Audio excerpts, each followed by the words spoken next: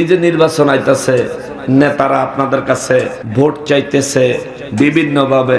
কোন নেতায় কয় একটা ভোট যদি হেগরে দেন 18 কোটি মানুষের নামাজের সওয়াব পাইবেন।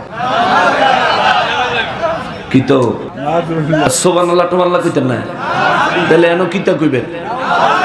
কিতা কিতা আর একটু জোরে কইতেন পারেননি?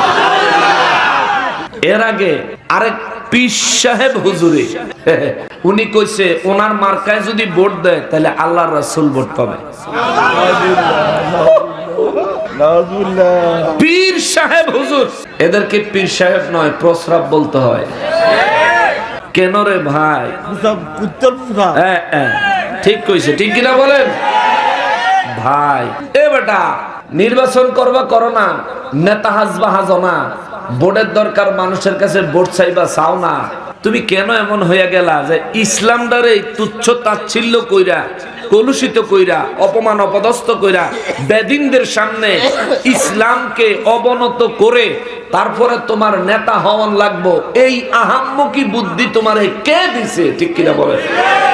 কেডারে দিছে তোরে? হে বেদ্দপ, কে দিছে তোরে এই আহাম্মকি বুদ্ধি? তুই হিন্দুরা হেন গেলি, হিন্দুরার মন্দির পাহারা দিলি, আল্লাহর ওলির মাজার ভাঙলো, পাহারা তো দিলি না। আজ পর্যন্ত একটা শব্দ বাইর কইরা প্রতিবাদ পর্যন্ত জানাইলি না। এই দেশে 90 জন মুসলমান, 95 জন মুসলমান, বাকি 5 জন বা 10 জন হলো অন্য ধর্মের লোক। হিন্দু ধর্মের লোকের লেগে এত উদারতা পাইলা, আর মুসলমানদের জন্য আল্লাহর ওলির দরবারের পক্ষে একটা কথাও কইতে পারলা না। তুমি ভাবো কেমনে মুসলমান তোমারে ভোট দিব? তুমি ভাবো কেমনে? একটা ছোট্ট বাচ্চা তো হিসাব বুঝে যে মুসলমানদের কাছে মুসলমানরা ভোট পাইলে আর কারো ভোট আমরা লাগে না। ঠিক কিনা বলে? মুসলমানদের ভোট পাইলে আর কারো ভোট আমাদের লাগে না। তাহলে যারার লগে সুসম্পর্ক রাখার দরকার ছিল হেরারে বাঁশ দিছ। যাও আল্লাহ তোমরা কোন দিকে নিব ওই আল্লাহ রব্বুল ইজ্জাতি ভালো জানে। এই সমস্ত কাজকর্ম থেকে আল্লাহ সুন্নি আলেমরারে হেফাজতে রাখছে। আল্লাহ হেফাজতে রাখুক। আল্লাহর রাসূলের নিয়ম মোতাবেক, আল্লাহর রাসূলের সন্তুষ্টি মোতাবেক ক্ষমতায় আসার কোন পথ পদ্ধতি যদি এই দেশে কোনোদিন ব্যবস্থা হয়, ইনশাআল্লাহ সুন্নিরাও সেদিন রাজনৈতিক ময়দানে থাকবে। কথা বলেন ঠিক কিনা? কিন্তু নোংরা রাজনীতি আমরা করি না, যার দ্বারা নিজের ধর্মকে রোজার পূজা বেলে হোমান। আস্তাগফিরুল্লাহাল আযীম। ওরে আমরা রে বলো মাজার পূজারি, জীবনে কোনদিন পূজা বুঝলাম না, পূজা চিনলাম না, পূজার মণ্ডপে হাজির হইলাম না। এখন দেখি তুমি পূজার মণ্ডপে হাজির, বুঝা যায় তুমি আমাদের দিকে পূজার যখন এক আঙ্গুল দিছ, তোমার হাতের 3 আঙ্গুলে কয় তুমি নিজেই পূজারি। ঠিক কিনা বলো? তোমার 3 আঙ্গুলে কয় তুমি নিজেই পূজারি। মিয়া হায় হায়, ওরা ভাঙলো কত অলির দরবার, পাহারা দিল মন্দির বারবার। ঠিক না?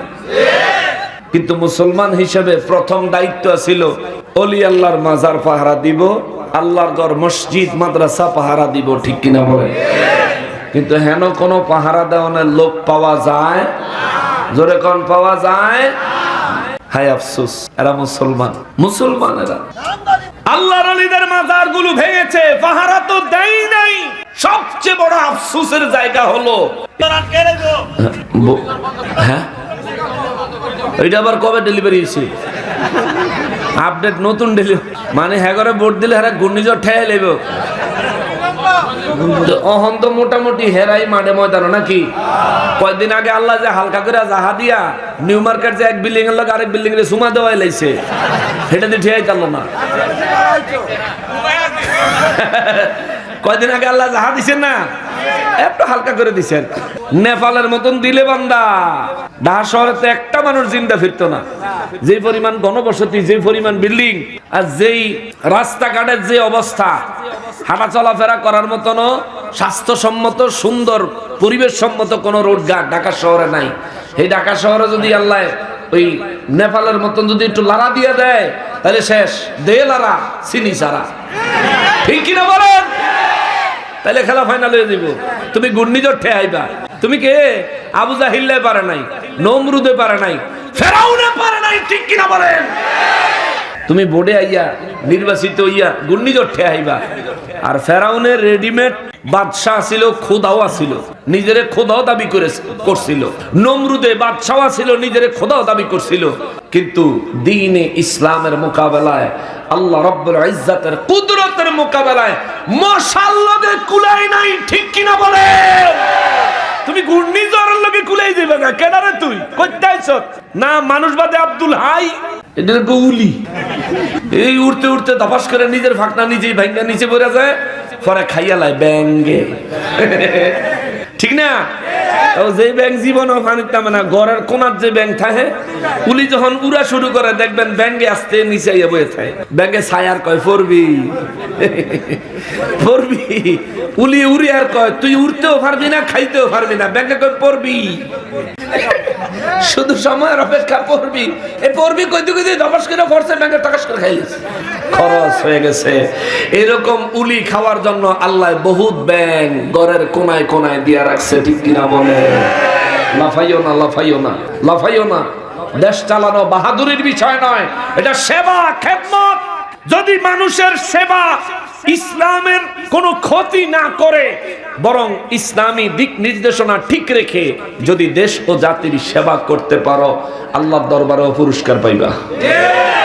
আর যদি বাবা তুমি এটারে নিজের পাওয়ার, ওই যে এক দল গেছে না 16 বছর কইরা, হেরপরে দিয়া সৈরাচারি কইরা, সহায় সম্পদ অনেক টিয়া পয়সার মালিক টালিক হইয়া কি নির্মম পরিণতি হয়েছে তাদের। তোমরা যে কাম করছো, হেরা তো মন্দিরও পূজা দেয় নাই, মাজার ভাঙ্গায় নাই। তোমরা মন্দিরও পূজা দিছ, মাজার ভাঙ্গাইছ, ইসলাম রে নিয়ে কলুষিত করছো। আল্লাহর কসম, ওরা পালানোর সুযোগ পাইছে, তোমরা তাও পাইবা না। বিশ্বাস করো, তোমরা তাও পাইবা না। ক্ষমতার মেয়াদ লিমিটেশন, লিমিট দেওয়া। ও ভাই, আমাদের ক্ষমতা দরকার, পাওয়ার দরকার। আমি মুসলমান, আল্লাহ এবং তার রাসূল সাল্লাল্লাহু আলাইহি ওয়াসাল্লামের দ্বীন ইসলামকে সমুন্নত করার জন্য যা করা দরকার আমি তা করব। তাইলে আমি মুসলমান। আমি যদি মন্দির পাহারা দেই, মাজার ভাঙে, কিচ্ছু বলি না, আরে আমার নামের আগে মুহাম্মদ আছে, দিলে মুহাম্মদি ঈমান নাই, দিলে মুহাম্মদি ঈমান লাগবে। মুসলমানের আরে আমার রব্বুল ইজ্জাতের কুদরত, বিলায়াতের মালিক আমার আল্লাহ, ওলি আল্লাহদেরকে বানাইছেন, বিশ্বাস হয়নি?